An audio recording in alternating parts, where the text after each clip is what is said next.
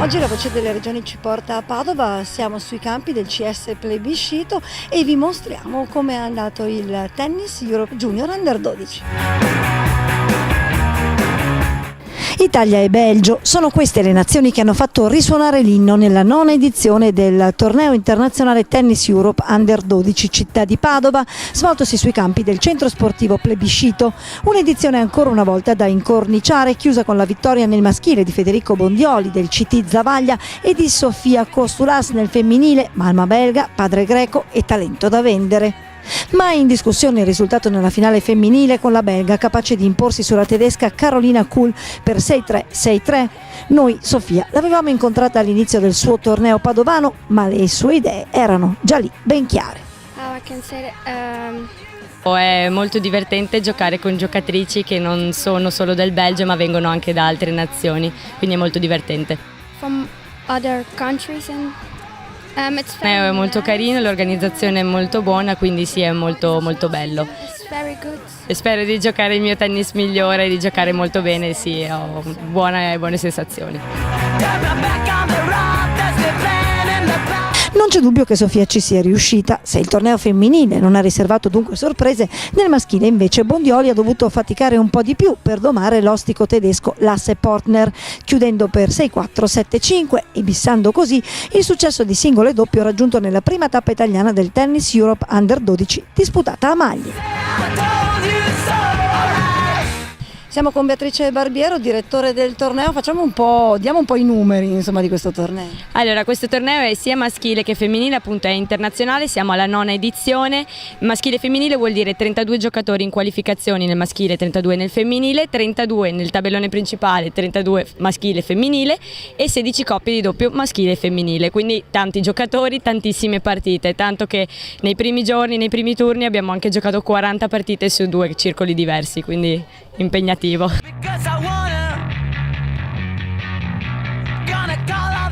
Allora, quest'anno abbiamo delle belle delegazioni, nel senso che per il primo anno, proprio in 9 anni di organizzazione, ci arrivano addirittura 2 giocatrici dal Giappone, quindi veramente lontanissime, e una ragazzina, una giocatrice dall'America. Tutte e 3 sono della delegazione nazionale.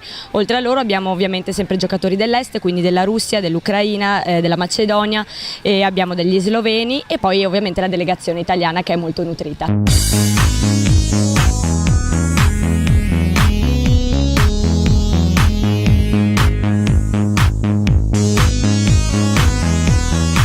Beatrice, ma chi partecipa? Chi può partecipare a questo torneo? Allora, partecipano le delegazioni nazionali che ovviamente le varie federazioni portano a questi tornei, fanno loro le liste insieme a Tennis Europe, e poi le wild card. Allora, le wild card noi in tabellone di qualificazioni le assegniamo tramite un torneo di prequalificazioni, quindi chi arriva in semifinale si guadagna la wild card, quindi nulla è a nostra gestione, ma vengono guadagnate sul campo. Tabellone principale invece 3 wild card vengono date dalla federazione italiana, quindi dal settore tecnico, mentre una è riservata a noi e ai nostri migliori giocatori. Qual è il livello di questo torneo, quindi elevatissimo? Molto buono, devo dire la verità. Ho visto delle ottime partite già in qualificazione, appunto, dove abbiamo trovato le 2 ragazzine giapponesi che si sono molto distinte, ma anche gli italiani hanno fatto molto bene. In tabellone principale abbiamo già visto dei giocatori che alla fine sono professionisti, perché appunto parliamo di Under 12, ma sono ragazzi che del tennis fanno la loro vita. Per chi l'esperienza comincia a farla oggi, c'è chi invece, come la famiglia Barbiero, di esperienza ne ha da vendere. È ormai la nona volta che ospitate questo torneo, un impegno dal punto di vista organizzativo non da poco. Sì, sembra un torneo così da poco perché si chiama Under 12, però in realtà è come organizzare un torneo internazionale a tutti i livelli, cioè bisogna organizzare location, per cui dare ospitalità, dare gli spazi negli alberghi appropriati, organizzare i pasti, organizzare le transportation, esattamente come un torneo di categoria superiore.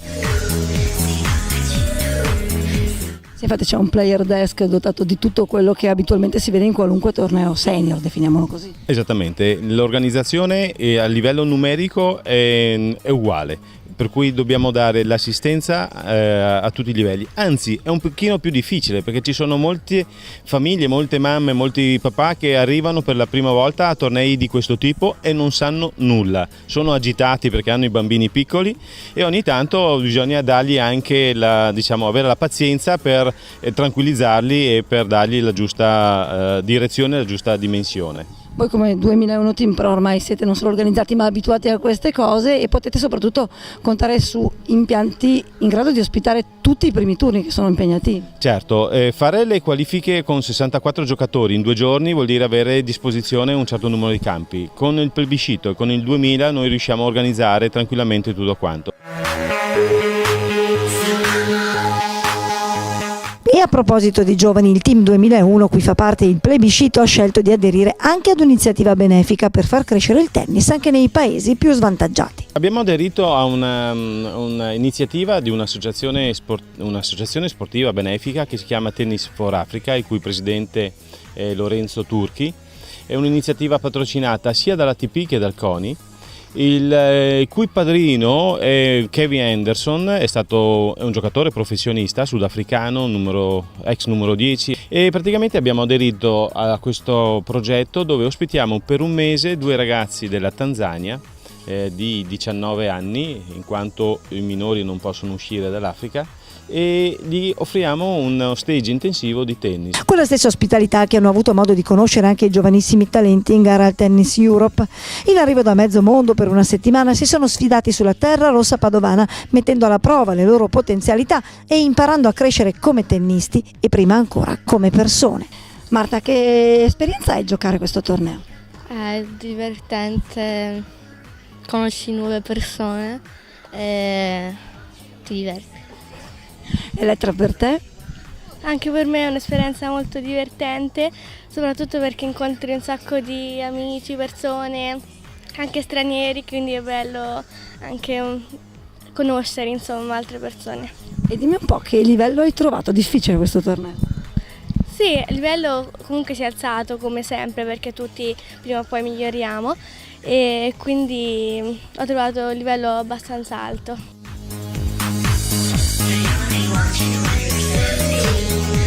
E perché tu giochi a tennis? Anche perché è uno sport che adoro, soprattutto il fatto di viaggiare, comunque conoscere nuovi posti, come ha detto Marta, diventare anche più autonomi, anche senza genitori, è una cosa che comunque ci fa crescere tutti e quindi mi piace molto.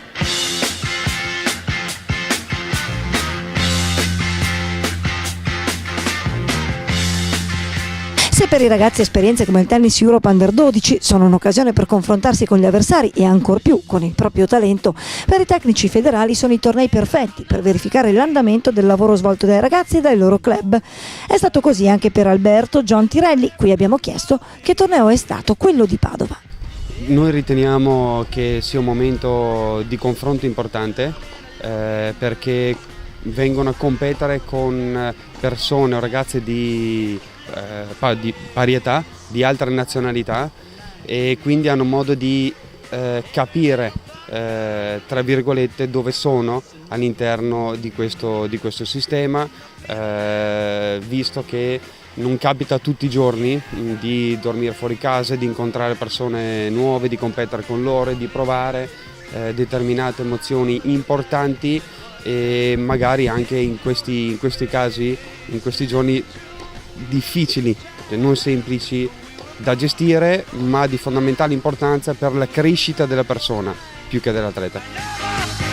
È innegabile che proprio il settore femminile negli ultimi anni abbia regalato al tennis italiano le soddisfazioni maggiori. Facile dunque immaginare la responsabilità sulle spalle di chi quella tradizione è chiamato a rinnovarla forgiando nuove giocatrici vincenti. È vero quello che si sente dire in giro, perché a mio parere affrontano il tennis in maniera forse un po' più seria rispetto ai maschi e ci mettono veramente molto impegno sia negli allenamenti sia nei tornei e soprattutto le famiglie gli sono molto vicine e di conseguenza anche i circoli dove alla fine si forma un progetto senza il quale raggiungere un risultato sarebbe improponibile. Risultati e soddisfazioni sono arrivate al Tennis Europe di Padova anche dal settore maschile. Bondioli, come detto, ha portato a casa la vittoria, confermando una tradizione, quella del tennis azzurro giovanile, da sempre vincente. A livello giovanile dai 12 ai 16 siamo messi benissimo. Stiamo ottenendo ottimi risultati a livello europeo e internazionale, stiamo creando un sistema che ci possa permettere poi anche di proseguire questo percorso, che comunque è un percorso complesso, non è semplice come sembra. Ci sono per questi ragazzi davanti 10-15 anni di allenamento, ma attraverso appunto questi passaggi formativi, attraverso il lavoro sistematico con i maestri e la collaborazione tra settore tecnico nazionale e Istituto Superiore di Formazione, stiamo riuscendo ad avere degli ottimi risultati che saranno anche lungimiranti per il futuro. La difficoltà da sempre per maestri e tecnici veterani è piuttosto convincere i ragazzi a trasformare la loro passione in una vera e propria professione per il futuro. Noi diamo la possibilità di creare le basi, i presupposti per avere un futuro tennistico. È chiaro che poi nulla si può dire, possono succedere tante cose, il tennis è uno sport molto complesso, ha moltissime variabili, però è bello per questo. Noi diamo a tutti i migliori atleti italiani e non la possibilità di crescere nel modo migliore possibile, perché il nostro obiettivo è creare prima la persona e poi il giocatore. Quali sono le ragioni per cui i ragazzini magari smettono di giocare e non scommettono su questo loro futuro? Ma diciamo che per quel che riguarda il settore maschile è un settore estremamente difficile, il livello è talmente alto, se avete potuto vedere come due over 32-35 anni sono i numeri 1 del mondo e il numero 2 del mondo, quindi la strada è molto lunga. Le difficoltà sono molteplici, avere strutture a disposizione per allenarsi, avere anche risorse economiche, nonostante la federazione aiuti tantissimo. Siamo l'unica federazione a livello europeo che finanzia l'attività giovanile in maniera importante, il settore tecnico investe tantissimo per il settore giovanile e i risultati stanno venendo fuori.